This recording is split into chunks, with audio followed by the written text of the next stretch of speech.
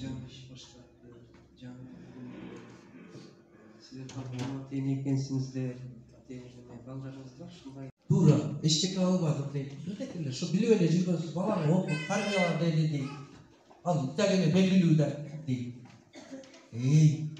Sen özü kegende alayın degen niyetin yok oğlum. Oyundan baylagan it buğa canavar Ептеп келіп отырсам ештеңе алмайсың ба? Бірдеке алыш үшін көзді açış керек, dilді açış керек, жүректі açış керек, ниетті açış керек. Анан аласың. Анан ол аш болады, анан ол барып тұрып балаларға жұғады.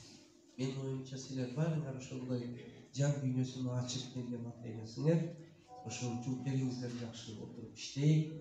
Мен кыска сүйлөп, 2-3 бөлүп сүйлөйүн.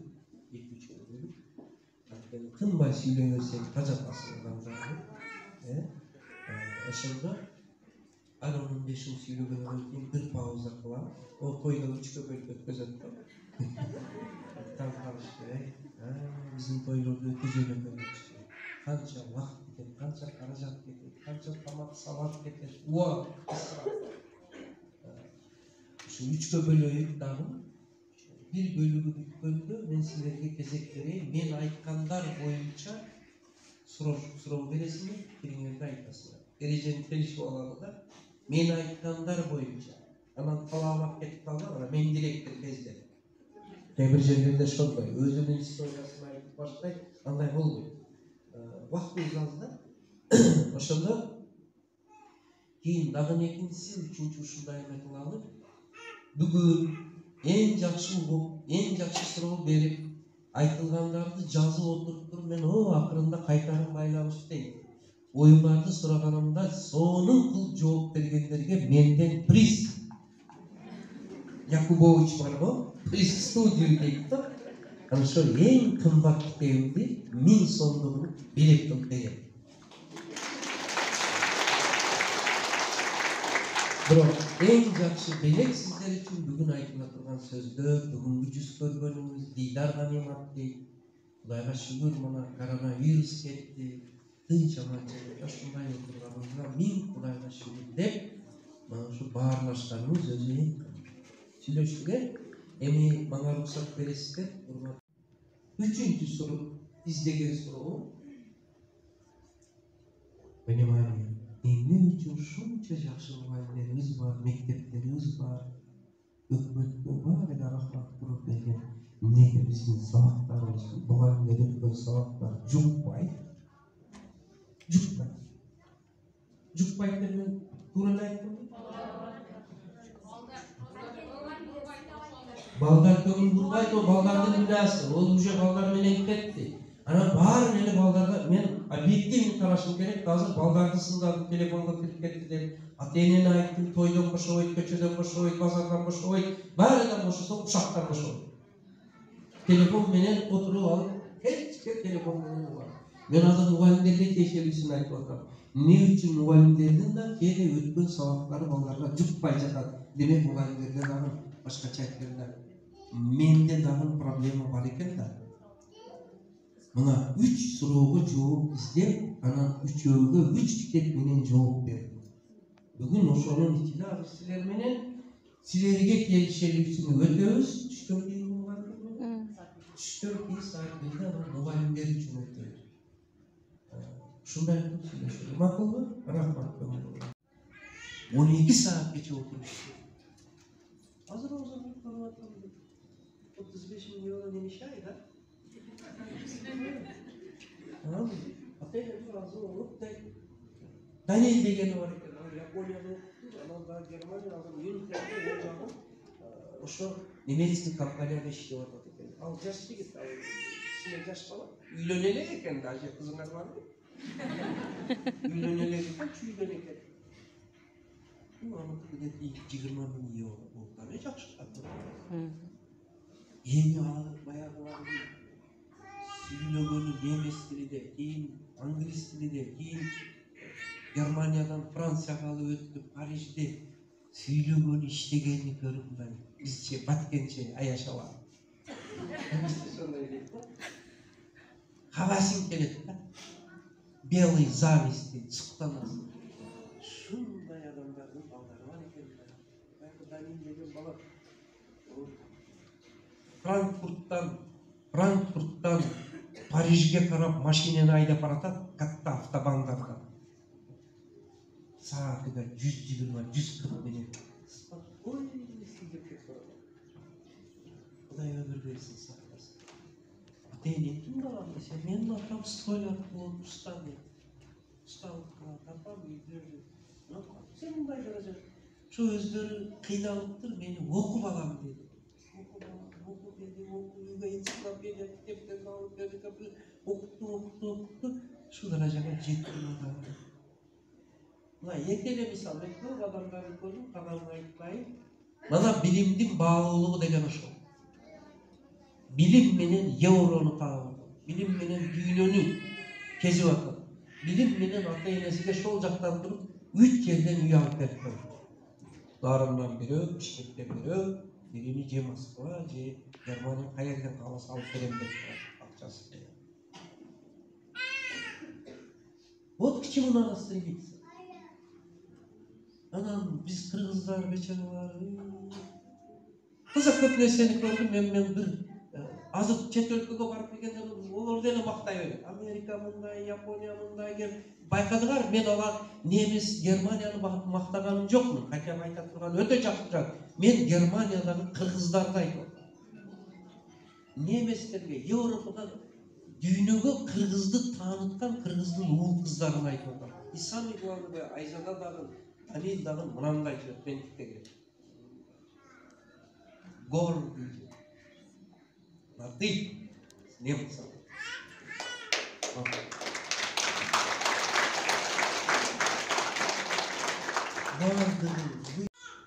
Үйde çoğuluşu. Atası menен, balдар menен oturup, direktörümüz bir Ağustan kapıragayını çakırıptı. Oşok gelip bizge aytıp berdi. Şunday kırgız ballar, kızlar var eken. Kele Secek, otur gözüme. Mümkün olsa oturuşta koyup koysunlar. Hep durup, bugün az sevet etközüp koyuyor. Çoğuluş etközüp, maksat neme, üy bilödü, bilimdin bağlılığı, ценность знаний deyip. Jönünde baldarga bildirip koysunlar. Oşonda baldarlarının bilimde bolgun apetiti, желаниясы ойгонот. Bu birinci kadar. İkincisi, minimali. Buna Yemeği.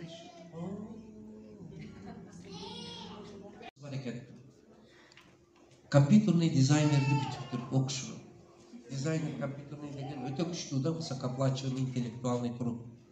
Айлыгы биз менен айтканда, олордун акча бирдиги башка $3000 жогору экен.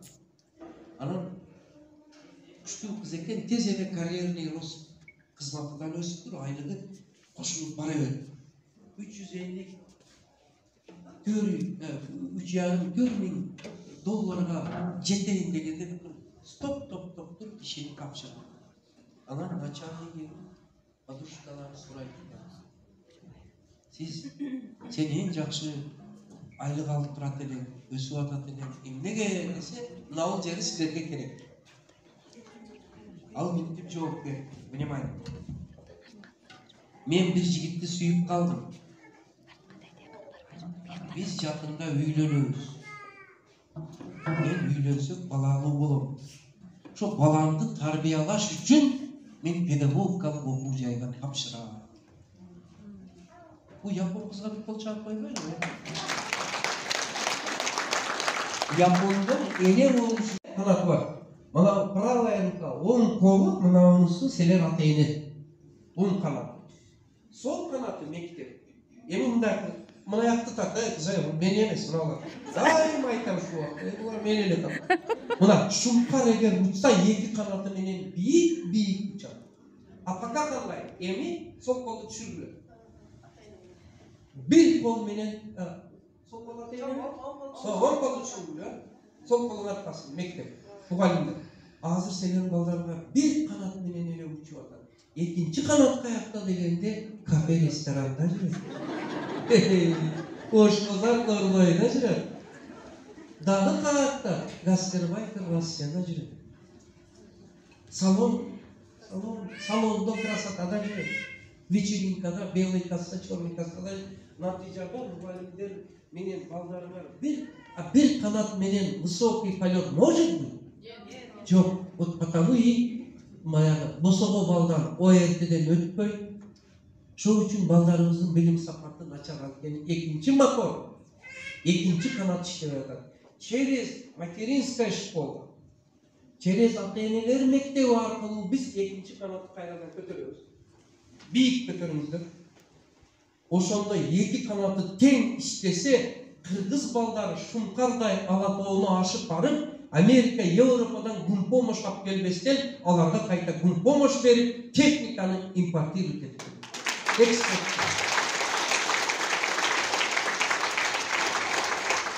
Бул сказка эмес. Мен ошондо иштеп келген балдарды Берлинден, Франкфурттан, Кайсерден, Парижден көрүп келип селеде сүйлөп атат. Ошондо бир уйлатып отуруп алып фантазия сүйлөгөнүм жокмун. Я воочию убедился, что кыргыздар дагы эгер ата-энеси жакшы тарбияласа, мектеп жакшы окутса, экөө бирге эки канат иштесе, Айзададай, Даниэлдей болуп туруп, птичка высокого полета дегендей стратегический чыгат экен. Керек болсо немистерди, француздарды тантала турган балдар, элайым балдарына ошол.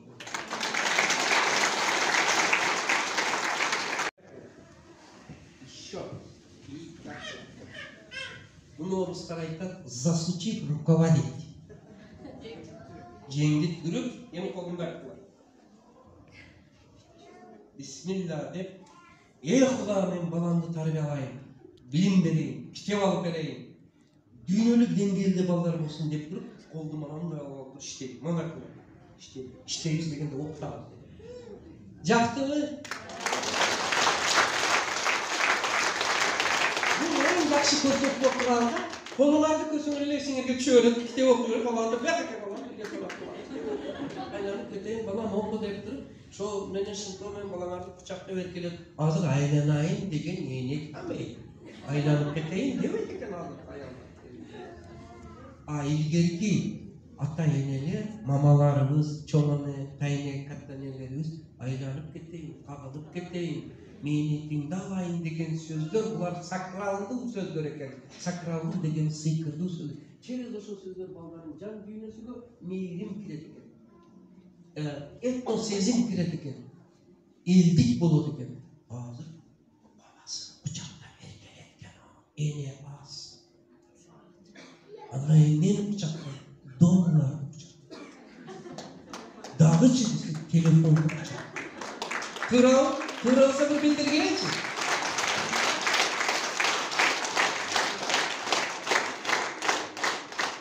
Kede, bıkılı eneler.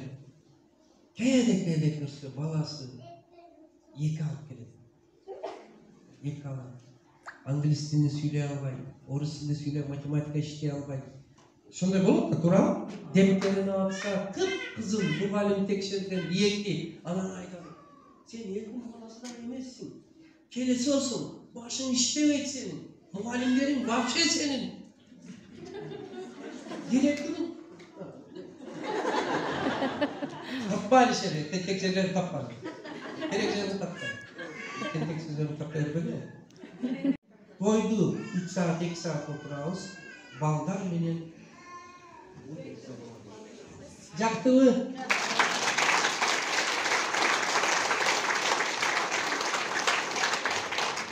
Rahmat sizlerge endi sözüm to'xtatdi.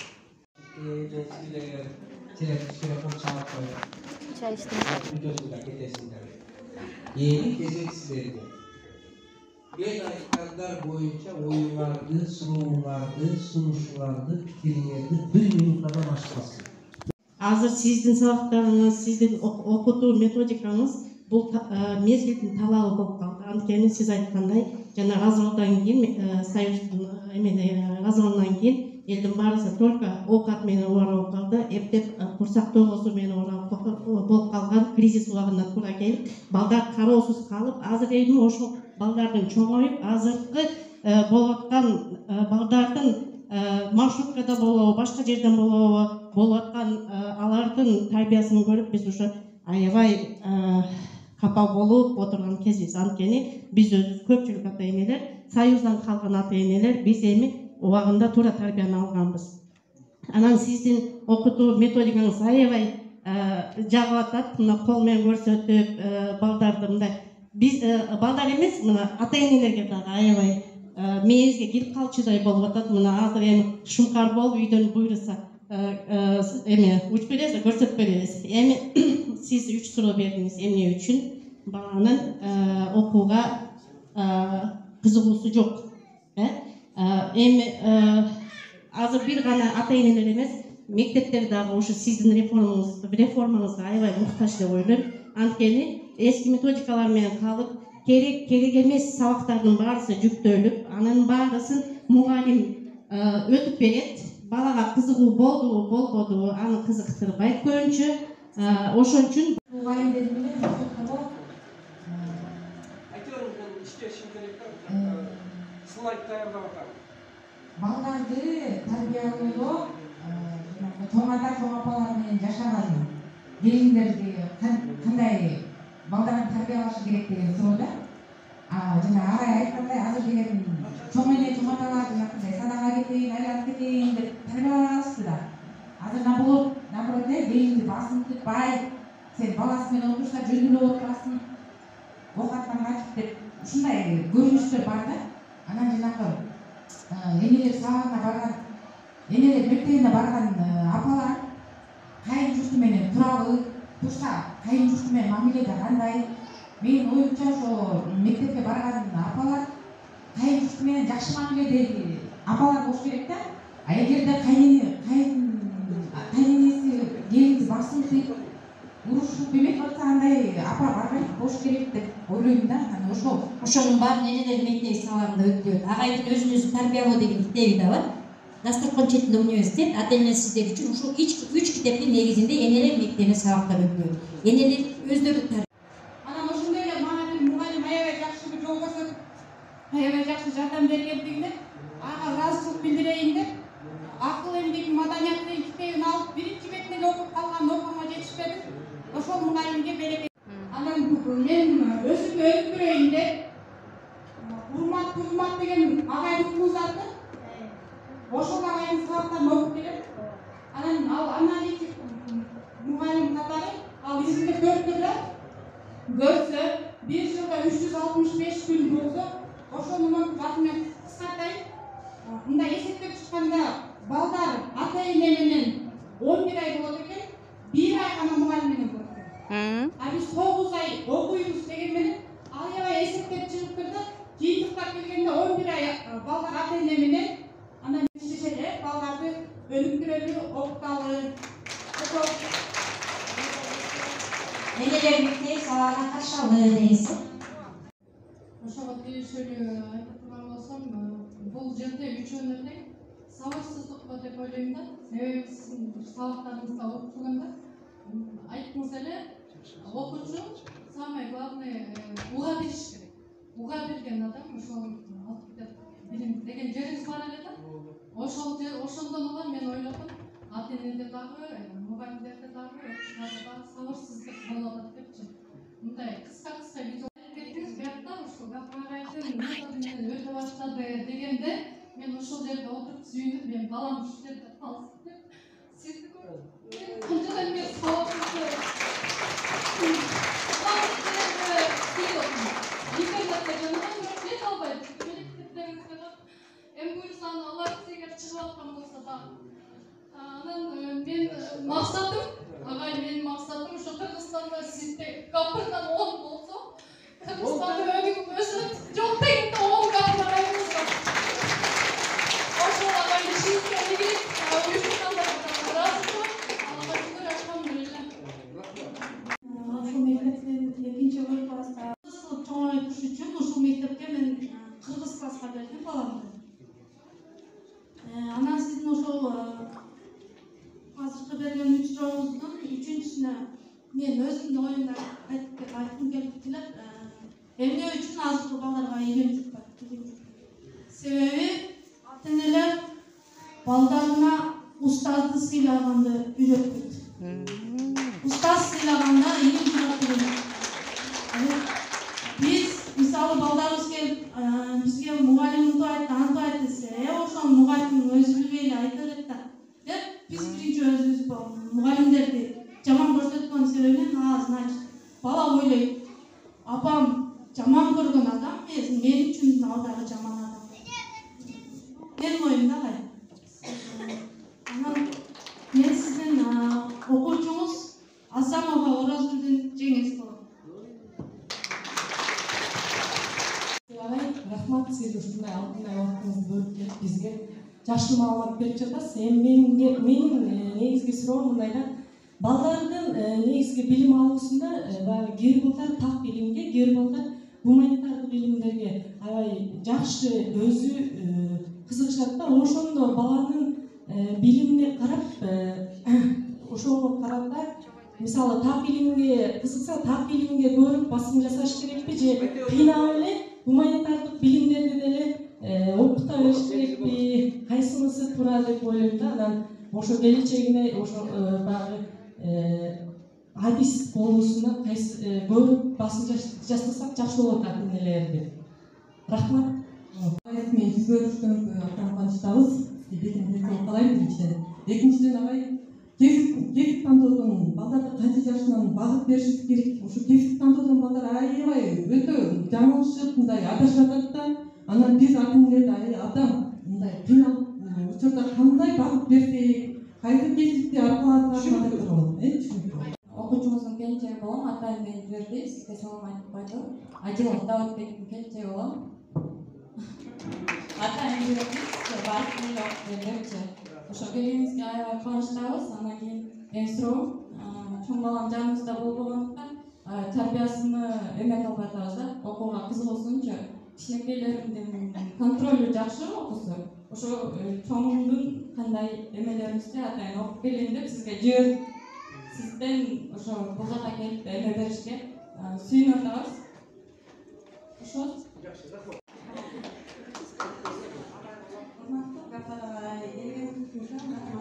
бизге денсаулык ийгилик каалайм. Мен баарынан ойлогонум, баланыкы менин гана билимим жетишпейт деп ойлойм. Мен мугалим дагы күнөөлөбөйм, эч кимди күнөөлөбөйм. Мен мындан ары окутам деген өзүмдүн тилектерим бар. Анан мен эч кимге күнөө койбойм. Өзүмдүн Токто. Мен жогорку кеңештин депутаты эмесмин. Силер жыйылбай. Мен кызабык карап отуруп сизге суроо бергим келди. Эмне үчүн залдын 90% аял? Эркектер эмне үчүн келген эмес? Ошол суроого жооп бериңиз. Андан кийинки балдар сүйлөгөндү билбейт, сөз байлыгы начар болуп атат деп айттыңыз эжеке. Бул боюнча дагы агай айтат азыр оюн. Андан кийинки суроо ушу жана материалдык поощрение берсе болот дедиңиз. Анда айтат азыр.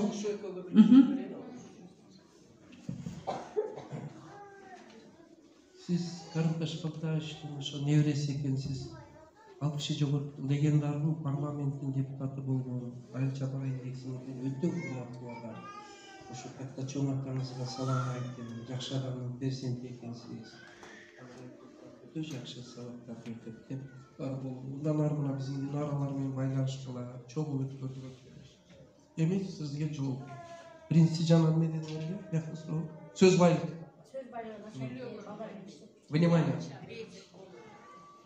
Балдардын сөз байлыгы начар, анткени энесинин сөз байлыгы тар. Бар болгон эле мойнумду жууп алам азыр. Көзүмдү оюп алам. Элдин баласы да эмессиң, элдин күйөөсү да эмес. Ата эне адаби китепти окуп, үй бүлөлүк семейный библиотека ачыш керек. Бул биринчи. Экинчи айта турганыбыз, балдар менен общение жетишпейт.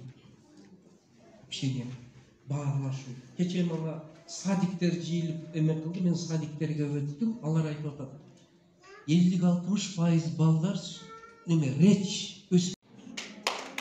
En finansal jagı. Finansal gрамотность өтө туура. Өкүнүчтүүсү биз акчаны чогултушту андан дагы сарпташ өзүнчө бир искусство, өзүнчө бир илим. Шуну уктат экенсиңер. Ысырап кетирбестен керек жака жумшаш жөнүндө менимче силер өтөсүңөр. Бул жакшы, рахмат силерге өткөнүңөргө. Бир гана жери. Бул дилемма. Надо подумать. Спорный вопрос.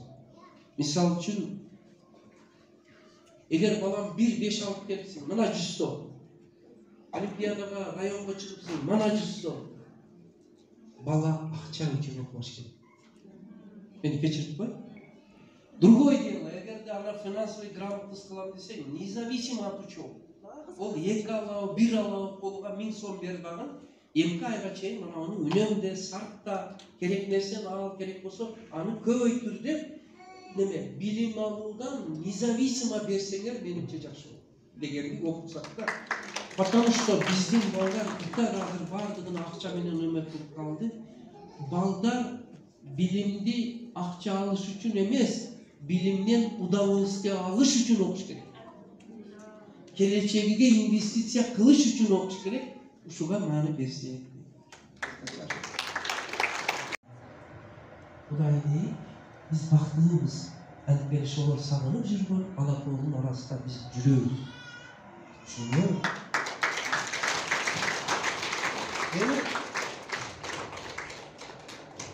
кесиптин мындай ошол жерде балдарды жакшы билим бергиле.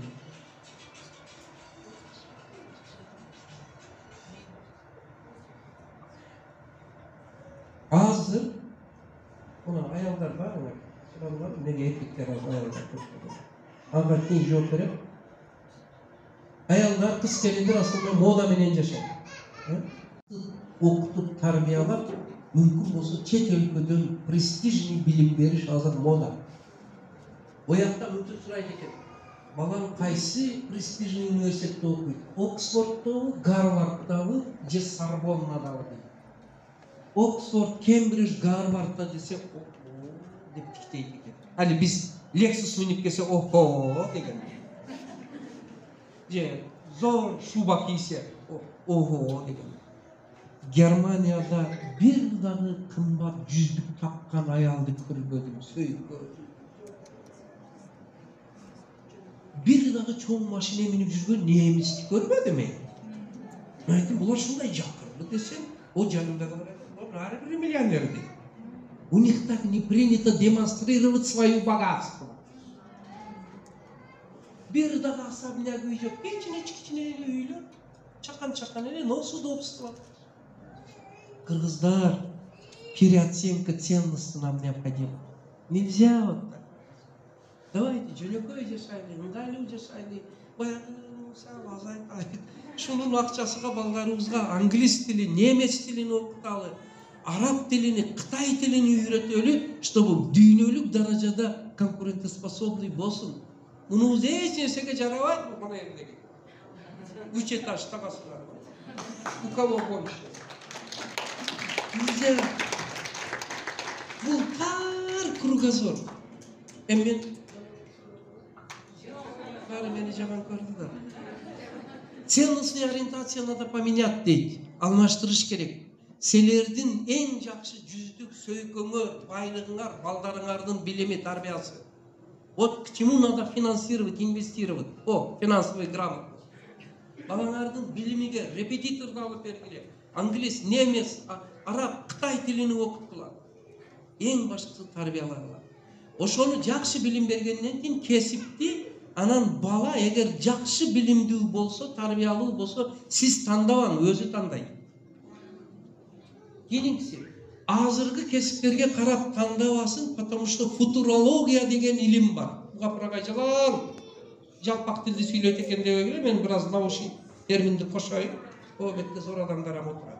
Университетте иштеп деген. Азыр финансовый грамотностьтан сабак берет экен. Өтөмүш. Тамашалап атам. Футурология илими Это наука о будущем.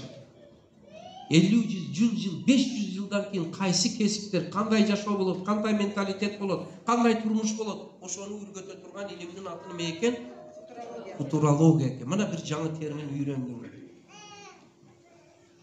О, эси барлар жазып атат. Бирөөлөр отурат бакырайт. Внимание. Ошо футурологдордун айтышуу боюнча азыркы кесиптердин 50-60% кыскарып кетет. Искусственный интеллект чыгып атат. Айтканыңды эмне команда берсең, шону жасап берет. Реферат жазып берет. Бизнес план жазып берет. Стартап жазып берет. Даже сүрөтүн айтсаң сүрөт тартып берет.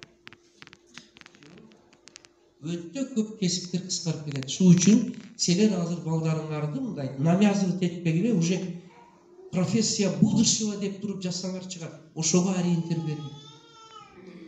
Сиздер биздин балдарыбыз биз жашаган доордо жашабайт, олар башка доордо жашайт деп каласа. Ошо доордун кесибиге багып бериң. Кыскача шу. Силерге керек. Бирок поучительный аныкыдан. Эки жубай үйлөнүптүр. Жаш жубайлар анан кийин бир тажрыйба алуу бир аксакалдан кеңеш алайыкчы. Ата, канча жыл болду жашаганыңызга? Балам 50 жылдан ашып калды жашаганыбызга. Кантип жашап атасыз? Şu үйлөнгөн күнү эртеси договор түзгөнбүз. Кайсы договор? Мындай договор. Үй бүлөдө эң крупный маселе болсо мен чечем. Анан майда чүйдө иштер болсо сен чечесиң деп сүйлөшкөн экен. Болду анда. Жакшы ата, 55 жыл жашапсыз. Жакшы экен. Канча жолу крупный маселени чечтиңиз десе. Кудайга шүгүр аны бир жолу крупный маселе болду деп.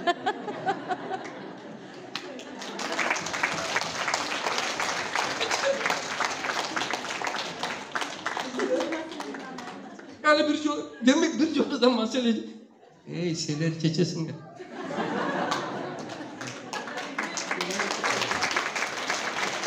Bir jol, Atatürk Üniversitede leksiya ötüp atsam, aytып атат, Капырга, эмнеге эне мектеби, ата эне мектеп, же ата мектеби дебейсиз дейт. Atatürk Üniversitesi bir hafta Osmanlı rektorу жатакана берип, самолеттин барды келдини төлөп туруп, leksiya өткөздүrdү, студент мугалимдер. Ana men cevap verdim. Kıynalıp kettim. Неожиданный вопрос. Немеге энелердин эле мектеби деп. Бирок Кудай жардам берди, жооп бердим. Мындай деген макал бар экен. Баарың сүйүнөсүң. Себеби дедим, эне бул медреседир деген сөз бар экен.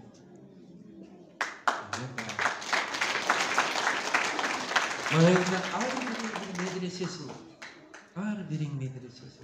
Медресе бул учебное заведение средневековья. Ол университет. Ол институт.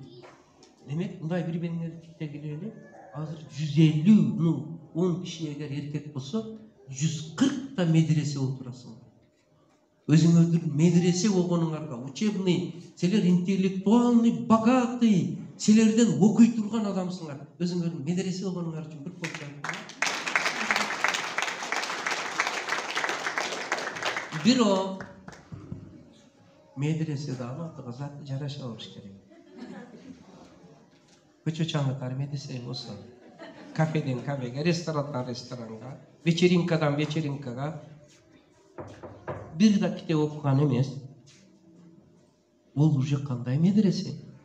И ошого жараша выпускниктер чыкты о медреседе. Өзү дум-дум болсо, о медресенин выпускниктери дагы кээ бир мектептерге окшоп, Африкадагы начар балдар чыгат. Анан ата-энелер айтат, баламды алып чыгып кетейин дедим эле. Ошондой болбош үчүн силер медресе деген атка кондуңарбы, демек окугула. Мына. Эми ошону жооп берип анан айттым. Энеси жакшынын баары баласы жакшы, атасы жакшынын бир эле баласы жакшы десем, энелер кол чап деди. Камы бар экен да. Бакчы. Бирок экинчи жагын айтканымда кол чаппай койдум. Энеси жиндинин баары жинди, атасы жиндинин бирөөсү жинди. Ойлогонда эртең Капыргай ушундай деп айтты деп интернетке чыгарбагыла, баары аялдар мени сөкпөсүн. Бул этнопедагогика, народный бул. Мен просто ону кабып алып чыктым. Тылымдагы. Эми карагыла.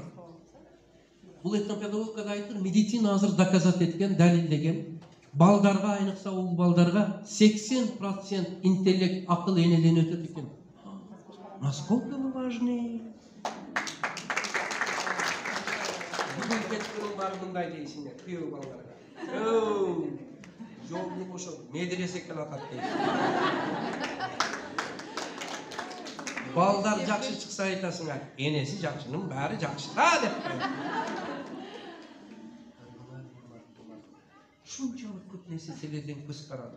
Ошол үчүн мен эркектер кебеди деп переживать этпеңдер. Өзлөрү ойлоп көрсүн. Олар важный вопрос чечип жүрөт. Эркек жигиттер. Пусть чечип решать иш кылып атасы барбы, бар болсун инсан. Туурабы жокпу?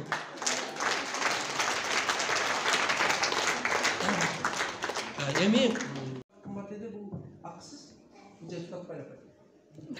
Дагы бир зору бар. Төлөп бересиңерби? Экинчи 1000 сом экен.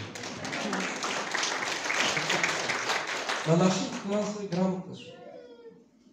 Мы хотя бы на примере должны научиться считать деньги. Экинчи бир секте 1000 сомдон силер макул дедиңер. Айтам. Колду алабыз. Макул дегеним үчүн айтып атам. Эшиктен чыгышта эсап китап. Ол мен кыздарымдан эсептеп. Они умеют финансист. Бик көтөрөбүз. Көзгө жакын алып келген. Мына ар бир адамдын мээсинин макети экен. Жакшы типтегилер ушу мээңиздер экен, эгер барбаса. Заряжай мозги, если есть. Эми жакшы типтедиңерби? Эгерде адам китепти көп окуса, окуганда дагы 1 минутасына 250дөн ашык сөз окуса, бийик көтөрөбүз. Манау бул мээнин макети экен да, манау манжаңарды эми бак кыймылдатып. Дагы, андан дагы, еще, быстрее, хоп! Токтот. Lexus'un motoruday manau mээде научный данные 80 миллиарддан 100 миллиардга чейин нейрондор болот экен. Мышление деген ошо нейрондордун ортосунда синос ассоциация байланыштар түзүлгөнү болот экен. Мана ушундай иштеген мээнин соображениясы жогору болот. Ал эми көбүнчө бизде деп жиберип атат, тилим. Африкада кандай?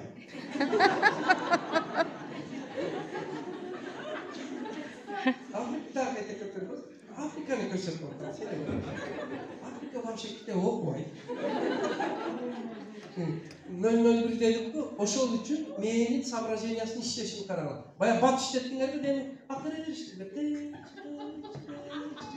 О айылдагы эшек араба, ат арабанын кылдырегиде иштейт экен. Мала мощный компьютер жетпейт, мощность жетпейт. Анткени соображение. Ошол үчүн дагы кайсы мамлекеттин населениянын элдикти көп окуса сообразительность жогору болот экен. Ол медицинага дагы, техникага дагы, социалдык сферага дагы, илимге дагы бир нерсени айтсаң да тез эле түшүнөт. О мектепте эгер кимин мугалим болсоң иштесең бир кыз балдар бар, 5 жолу айтсаң да кайтып деп сурайт. А бир балдар бар, бир айтсаң түшүнөт. Демек баягы 5 жолу айтып дагы сурасаң дегенин апачтыр. Африкада да.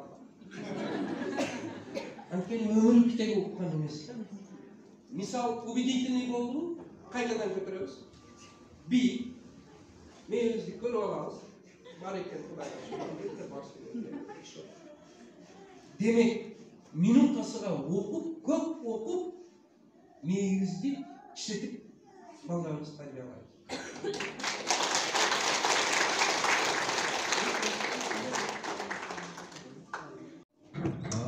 Переосмысление. Нельзя так. Мындан армында кылсаң болбойт экен.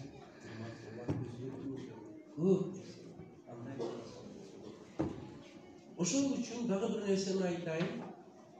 Мен кылыш керек дегенде энди бирөө айткан экен, Баткен Лейли жакта. Үйдө китеби болбосо, дилемини окусун деп. Жумашынан үйдө кандай жакшы. Бул Лейлек Баткенде эмес, баары эле айылдашат.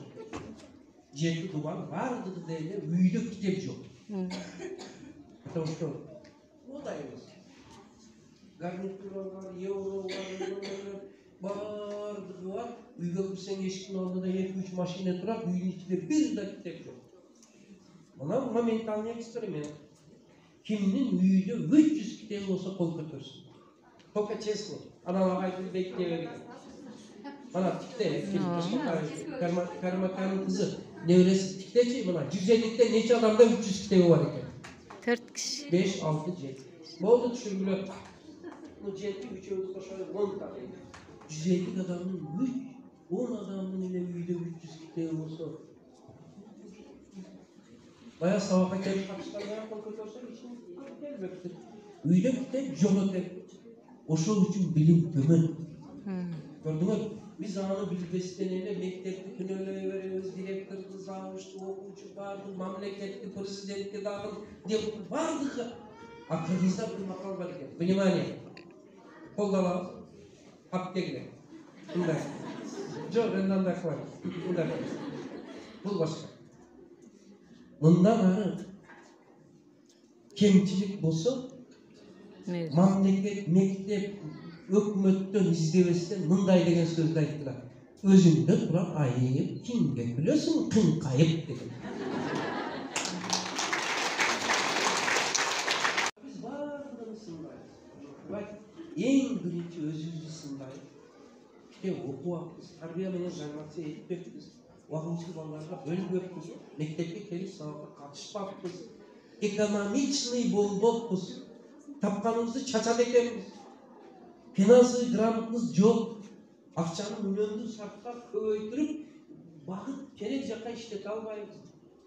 Neticede mına uşunday bolup kalabeken var. Bunu sizler menen düşündük. Bu mana oy örüşü kitebinin içinde öte köp malumatlar berilgen. Anam bir jolu 9 yıl ilgeri oşta bir sunuş aytты bece mınday деген sunuş. Benim aynen. Kızdı uzatsa sepke Kıtayski tavanlarında adiya mimam kese dağı kalpak yeri men canlılık kirgizdim. Kaysı dedi kız sevile 40 kitap.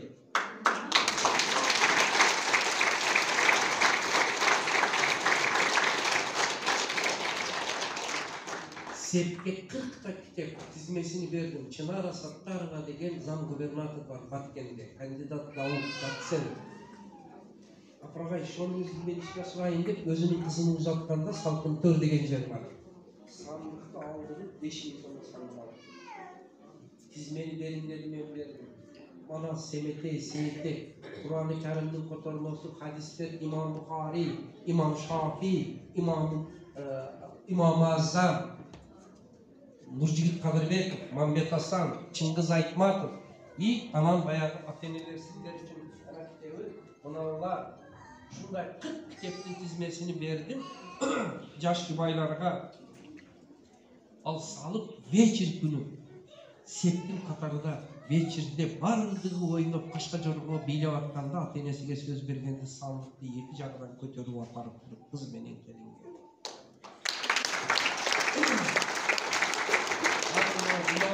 Димашына барлығы билет азыр 7 областта сепке китеп кошуп бериш модага айланды.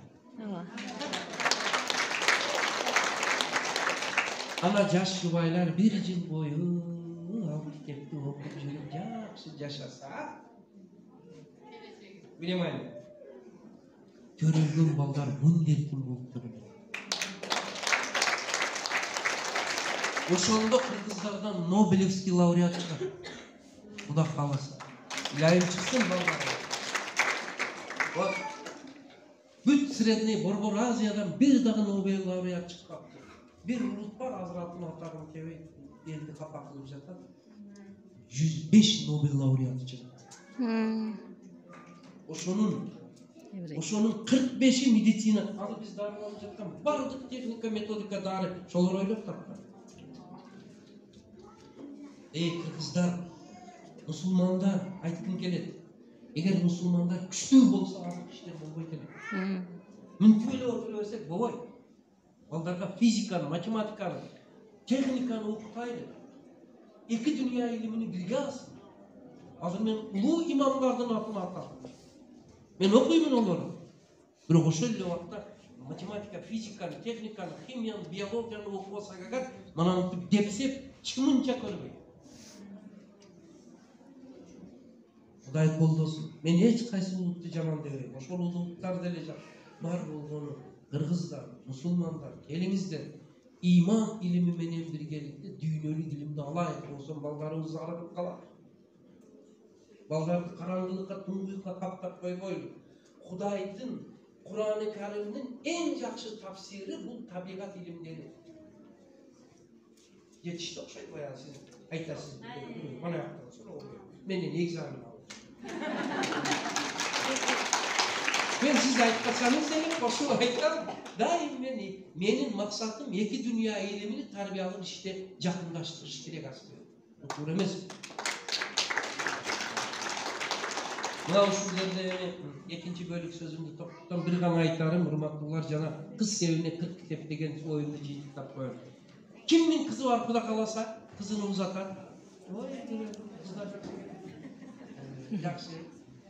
Kimnin kızı olsa şu bugünden başlar Bişkek'e kirgeninde barganda ensiklopediya var, Slavar ağlar, Ravşik ağlar, baya meni ayttam, aytmadım, Manas, İmam Bukhari hadislerdi, analar fenler sizler üçün akıl madaniyatı kitaplarından komplekt kılıp alıp durup amin ilahi Huday жеткисinde dua kılıp sevk edip jiya vergiler 40 kitap olanlarda kızlarını uzatkanlarda mana bunday nevireliği bolasınlar.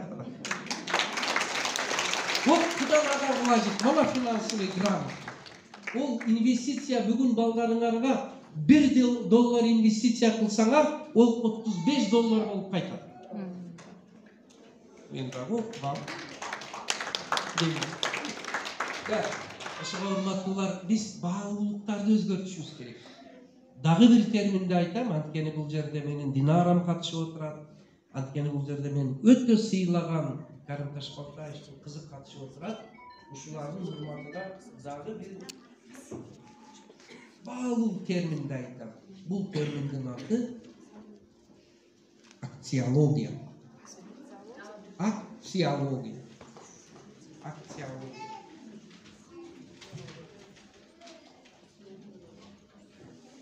Birini aytdım ele kaysele? Futurologiya edi. Men o aslında doktorlar aytap turgan sözdü selerge aytып atam. Antkeni seler mendiresesiňer. Как дума. O именно киносы var.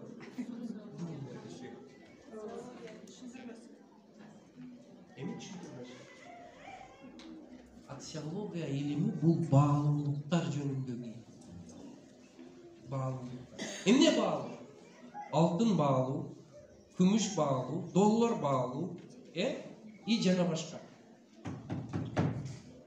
Azırkı günde düýnölük ilimde aksiyologiyada intellektualdık bağlılıklar birinci darajaga çykyp. Anın içinde dagы oşonu paydalanabilүү.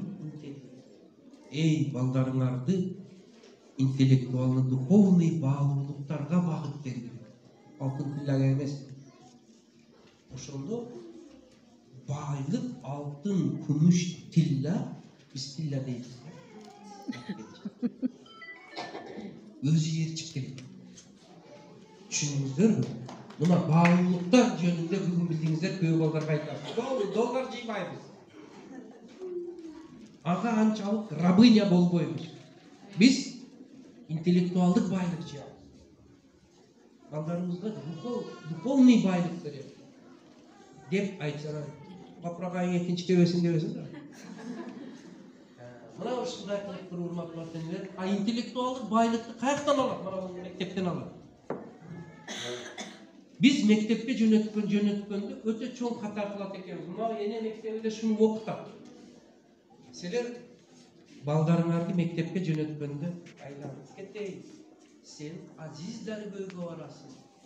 Mektepke barasın. Hazrat ustazlarının aldığı barasın. Mekteptin astanasını Bismillah dep attarın. Huday dilimdi aç bilimge dep attarın. Mugallimlerinin, ustazlarının her bir sözünü nan uşaqtay görüp ihlas menen algın balam. Sen barıp jakşı 5 alıp gel, men sen jakşı kırgın mantıны dayardap oturamın. Kanday jakşı durab?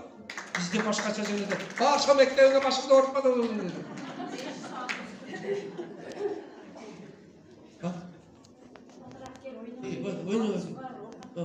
Kıykırıp jönötüyoruz da. Bu uстановчий, psikologiyalыk deme moment. Силер кантип айтсаңар олар келип мектепте ошондой мугалимдерди азиретип устаз деп айтыңыздар деп атам. Дагы мына бүгүндөн баштап жанагы кыз севине китепти жыйнагыла, интеллектуалдык байлыкты жыйнагыла, мынандай окуу семинарларга катышкыла. Катышып өзүңөрдү байытыңыздар. Обогатите себе. Духовно, интеллектуально обогатить этмесиңер. Силерде болбосо казанда болбосо чөмүчкө чыгат. Балдарга неме өтөт силерден? Бая мен силердин авторитетиңерди көтөрүп 80% силердин интеллект акылыңар балдарга өтөт экен деп. Бар болсо өтөт. Туурабы? Демек силер тойгузгула өзүңөр, тойгузгула. Азыр бал, мана китептерди алып келдим. Оку балам, Гапыргай айтты деп сен өзүң оку. Ушу китеп жөнүндө кызыгым бар. Мен ана шуларды айтып, таза китепке кызыктырсам, мени 7 комплект алып турдагы үйдө пайлап отурат экен. Терезеден караса баласы келип атат экен. Шарт китепти алып турдум караган. Баласы кирип келсе, балам китеп окуп көрдүңбү? Мана мен китеп окугам. Гапыргай келди, китеп окуп алсак, окусак интеллектуалдык байлык болот экен. Мана мен окуп атам, сен да оку десе, азыркы балдар Z поколение, альфа. Олар момент сообразить етет да. Опа, Гапыргай сиздерди китепти тескери окушка үйрөтүп койду. Показуха окуп айт. Ошондой болбосун үчүн, чындап алып, окуп талкуулап отуруңуздар, урматтуулар. Финансылык сабаттуу кылып, уже занятие кетип атат. Сабаттуу кылып, дүйнөлүк даражада өлгүүсүнө Кудай калса жетебиз деген.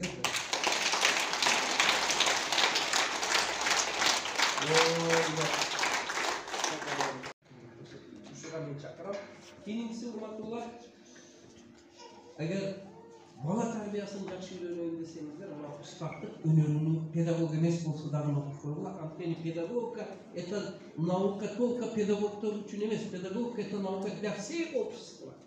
Ар бир ата-эне педагог болуш керек. Мына эме кылалы. Андан кийинкиси сиздер внимание.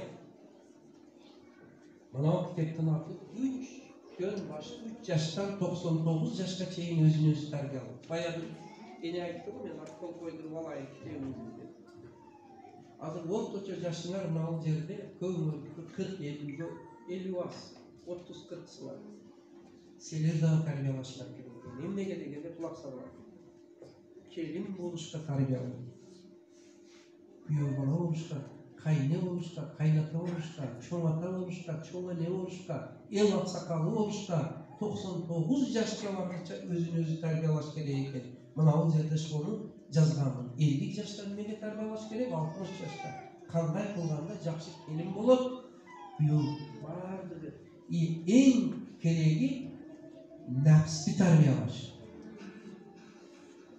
Пейилди тарбиялаш, мүнөздү тарбиялаш. Ажырашуулардын 80% мүнөзүбүз келишпейт дейт экен. Мы не сошлись по характеру деп коет. Айланайын өзгөрт мүнөзүң. Ажырашуулар көбөйүп кетти. Мына мүнөздү тарбиялаш, көз карашты тарбиялаш. Мына ар бир үй бүлөдө боло турган. Анан балдарыңарды акыл маданиятыга тарбиялаш. Бая балдарым, ол сиздер балдарды акылын өстүрүш үчүн мынаны окуп чыгыш керек. Сиздерге өтө жакшы тренингдер бар. Анан билим алууну үйрөт деген китеп бар. Кантип билим алса балдар кыйналбай, билим алуу бул мындай тажатма иш болбош керек, бул удовольствие болуш керек. Мына аты казак, билим алууну үйрөт. Акырында баардыгыңыздарды ушу Кудай өзү сактасын, эсен болгула, үй бүлөгөргө китептерди жыйгыла, окурман үй бүлө болобу, баягыдай өнүккөн мамлекет болобу. Кудай тынч аманчылык берсин. Сиздерге рахмат. Кел агайдыңдар. Кел өрөк. Yok, biliyor dedim. Aynen hesap kadar. Bakalım ayaktan olasın. Biliyor. Bir çık. Buna, kiçine kim? Kiçine. Kança aysınlar? 3 ay sen. 6 ay mı? 3 aylık balaga versin ağaya. Gel. Yaxşı, silerden alasın. Oo. Ne de? Сыртта китеп жарманкеси. Кызыл. Менин көкүрчкөм. Аты ким кишинен? Дөөтбек. Зор аты экен. Так, бул али эме барбы? Мынауынан башкасы эме. Якубович барбы? Приз в студию деп выбирай дейт. Сиз тандаңыз, кайсыны тандайсыз? О, как хорошо. Энциклопедияны алыңыз. А может, манау университетти берем? Жок. Анда Даутбек. Дөтбек, асты дөттүн атыдан экен. Пайгамбарлардын. Внимание. Өзүңүздүн атыңыз ким? Махаббат, Дөтбек уулуңуз. Кудай сизге Дөтбекке өмүр берсин. Күйөөңүз менен кошо карып, балдарыңызды Дөтбекти чоңойтуп, сак саламат өнүп өсүп жүрүү илайым Кудайым деп туруп кол коюңуз.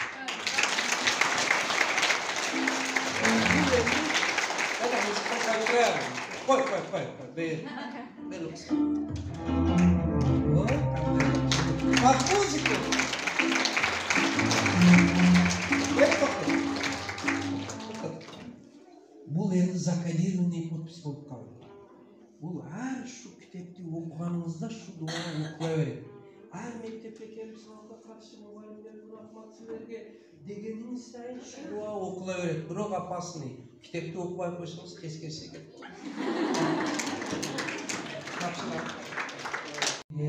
Мынау жұма жылдарының урматыда силерге менен қайтып адия подарка.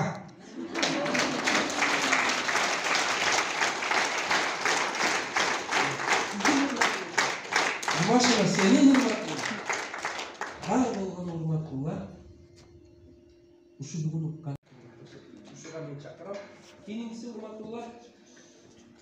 Егер бала тәрбиясын жақсы үйренейін десеңіздер, мына ұстаздық өнерінің педагог емес болса дағы оқып қойыңыздар. Анткени педагогика это наука только педагогтар үшін емес, педагогика это наука для всех общества. Әрбір ата-ана педагог болуш керек. Мынаны эме кылалар. Андан кийинкиси сиздер внимание. Мынау китептин аты 3 жаштан 99 жашка чейин өзүн өзү тарбиялоо. Баягы эне айтты го, мен кол койдуруп алайын китебиңизди деп. Азыр орточо жашыңар мына жерде көбүнөргө 40-50 аз, 30-40 сыңар. Силер дагы тарбиялашыңар керек. Эмнеге дегенде кулак салыңар. Келин болушка тарбиялоо. Күйөө бала болушка, кайне болушка, кайната болушка, чоң ата болушка, чоң эне болушка, эл аксакалы болушка, 99 жашка барганча өзүн өзү тарбиялаш керек экен. Мынау жерде шону жазганмын. 50 жаштан эмнеге тарбиялаш керек, 60 жашта. Кандай кылганда жакшы келин болот? Күйөө бардыгы. Эң кереги нәпсти тарбиялаш. Пейилди тарбиялаш, мүнөздү тарбиялаш. Ажырашуулардын 80%-ы мүнөзүбүз келишпейт дейт экен. Мы не сошлись по характеру деп коет. Айланайын өзгөрт мүнөзүң. Ажырашуулар көбөйүп кетти. Мына мүнөздү тарбиялаш, көз карашты тарбиялаш. Мына ар бир үй бүлөдө боло турган. Анан балдарыңарды акыл маданиятыга тарбиялаш. Бая балдарым ол сиздер балдарды акылын өстүрүш үчүн мынаны окуп чыгыш керек. Сиздерге өтө жакшы тренингдер бар. Анан билим алууну үйрөт деген китеп бар. Кантип билим алса балдар кыйналбай, билим алуу бул мындай тажатма иш болбош керек, бул удовольствие болуш керек. Жана аты казак, билим алууну үйрөт. Акырында баардыгыңыздарды ушу Кудай өзү сактасын, эсен болгула, үй бүлөгөргө китептерди жыйгыла, окурман үй бүлө болобу, баягыдай өнүккөн мамлекет болобу. Кудай тынч аманчылык берсин. Сиздерге рахмат. Финансалык сабаттуу кылып, уже занятие кетип атат. Сабаттуу кылып, дүйнөлүк даражада өнүгүүсүнө Кудай калса жетебиз деген.